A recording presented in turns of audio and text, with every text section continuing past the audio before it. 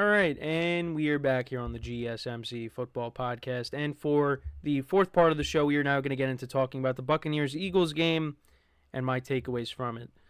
So, the Eagles were down their top two weapons. So, Devontae Smith got hurt in the game on a vicious hit against the Saints last week. And the player that hit him, that slips my mind, but he was fined for that. That should not have happened. I'm going to see if I can pull that up really quickly. But, so they were down their top two weapons, and they definitely missed them. Yeah, so it was Christian Boyd.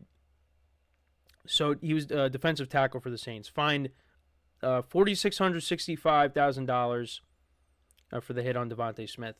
And that, ended up suffering a concussion from that. And he was out for the game. And like I said, the Eagles missed him, and they were already without A.J. Brown. So the Buccaneers, they opened up the game. Their first two possessions were touchdowns. And, once again, I picked the Eagles in this game because I thought, all right, well, their defense played really well against the Saints. Let's see them play really well now against the Bucs and avenge that playoff loss. That did not happen. That did not happen in this game. So, yeah, the Buccaneers, they scored 2 touchdowns on their first 2 possessions. Baker Mayfield connected with Mike Evans for a 2-yard touchdown. And then on the second drive, he connected with Trey Palmer for a 15-yard touchdown. Eagles punted, Bucs punted, and then, there was a fumble on the kickoff. Cooper DeJean muffed the punt. Bucs recovered. They turned that into a touchdown. Baker Mayfield, a 1-yard touchdown run. So, 21-0 Bucs, just like that. Then it was 24-0 Bucs, as Chase McLaughlin kicked a 21-yard field goal. Eagles did respond. They scored a touchdown. Hurts connected with Paris Campbell for a 1-yard touchdown. That made it 24-7. Then the teams exchanged punts. So, it was 24-7 at the half. And then Saquon Barkley opened up the second half with a 59-yard run. Got the Eagles in great field position right at the goal line. Not on that run, because then Hurts connected with Goddard for a 9-yard pass. And, the tush push was put into play, and that made it 24-14. However, the Bucs, they did respond with another touchdown. Bucky Irving from 1 yard out. The extra point got blocked. The Eagles did return it for 2, so it was 30-16. Then the Eagles fumbled on their next drive. Hurts got sacked, lost the ball, and the Bucs turned that into a scoring drive. Chase McLaughlin 52-yard field goal, and then there was no scoring after that. All punts. Eagles turned it over on downs, and that was it. Jalen Hurts went 18 of 30 for 158 yards, 1 touchdown, no interception. Saquon Barkley only 10 carries in this game for 84 yards, and a big chunk of that was the 59-yard run he had. Hurts had 8 carries for 20 yards and a touchdown. Kenneth Gainwell, 2 carries for 9 yards. Dallas Goedert was their leading receiver, 7 receptions for 62 yards. Barkley had 2 for 32. 2 fumbles by Jalen Hurts. One of them was a fumble loss. Cooper DeJean had a fumble that was on the punt. 2 sacks by the Eagles defense. Jake Elliott, 2 for 2 on extra points. And then as for the Buccaneers, Baker Mayfield, another solid performance, bounce-back performance after the rough game against the Broncos last week. 30 of 47, 347 yards passing, 2 touchdowns, no interceptions. Bucs ran the ball for 111 yards. Both Bucky Irving and Rachaad White, 10 carries for 49 yards. Bucky Irving had a touchdown. Baker Mayfield had the rushing touchdown. Mike Evans, bounce-back game for him, 8 receptions for 94 yards and a touchdown. Chris Godwin, 6 for 69. Cade Otton, 6 for 52. Sterling Shepard was active in this game. 3 receptions for 51 yards, had a 30-yard reception in this game. So it's good to see him out there making plays. I miss him with the Giants, but the Giants had to let him go. Rachaad White had 2 for 35. Trey Palmer, 3 for 26 and a touchdown. There was no Jalen McMillan in this game. He was inactive. A couple of fumble recoveries for the Bucs. And then the Bucs defense, 6 sacks in the game for them.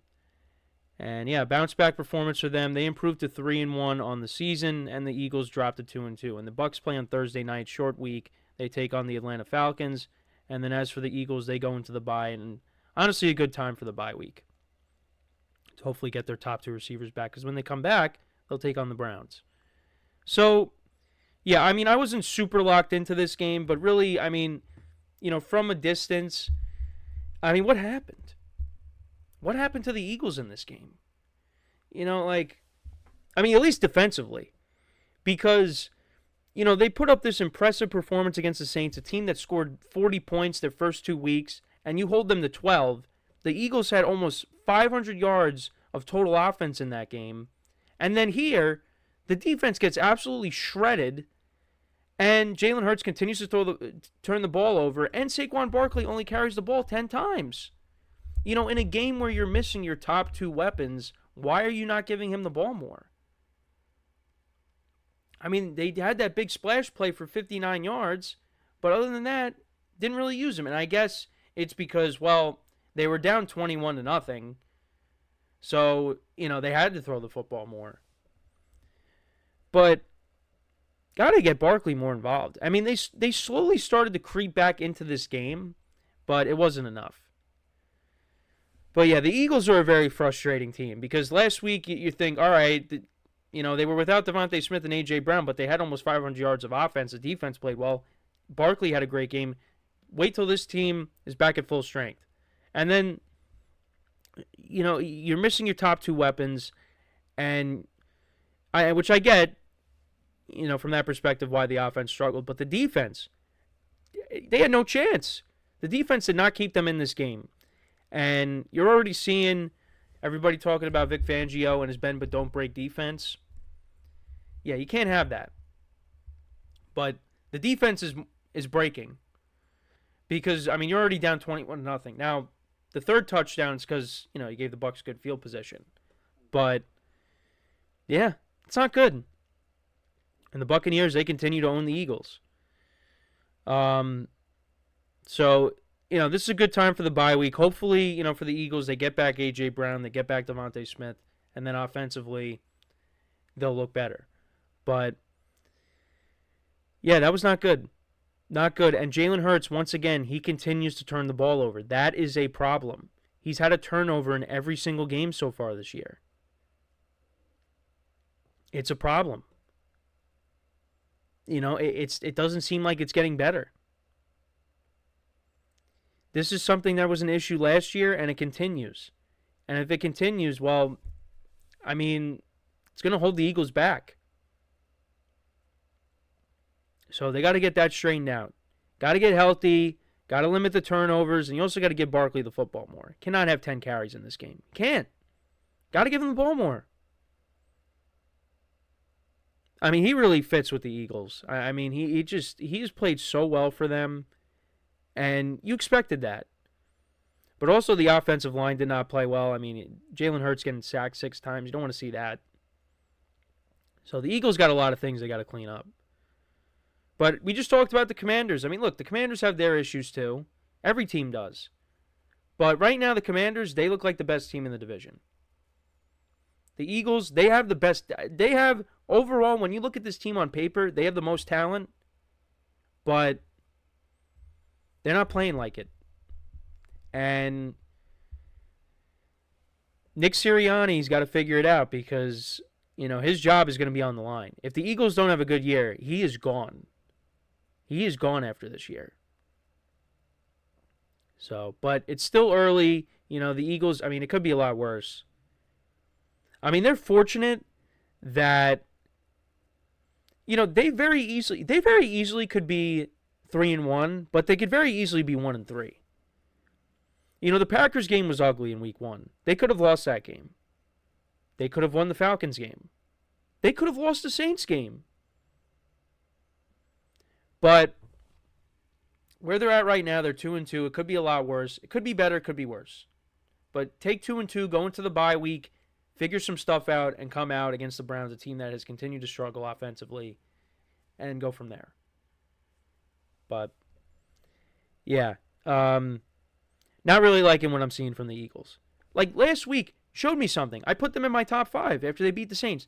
The degree of difficulty. You were down your 2 top weapons. You put over almost 500 yards of total offense. Your defense shut down a team that was, blowing out their first 2 opponents, the Panthers and the Cowboys.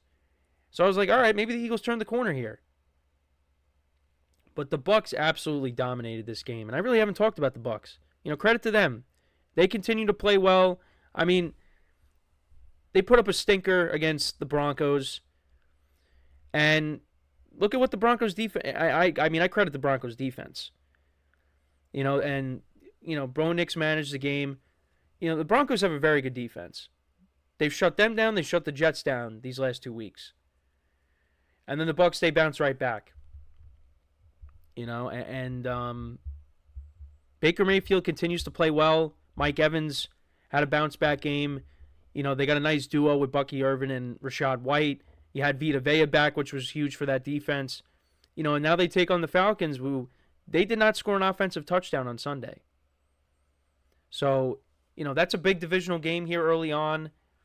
And, we'll see what happens. Right now, the Bucs are in first place. With the Saints dropping their last 2, the Falcons, they're 2-2. Panthers are 1-3. The Bucs are in sole possession, so this is a big game on Thursday. But that was an impressive win for them. They got Vita Vea back, like I said. He was making a difference. So we'll see what happens on Thursday. We'll make sure to preview that game on Thursday. But yeah, let me know what you guys think about this game. What were your takeaways from it? Let me know in the comments. So we are going to take our final break of the show. And then when we come back, we will recap the other game from last night. I'll talk about that, how that game unfolded, and I'll tell you whether or not I did win my fantasy matchup that I did have a chance to win. We'll get into all that when we return from our final break of the show.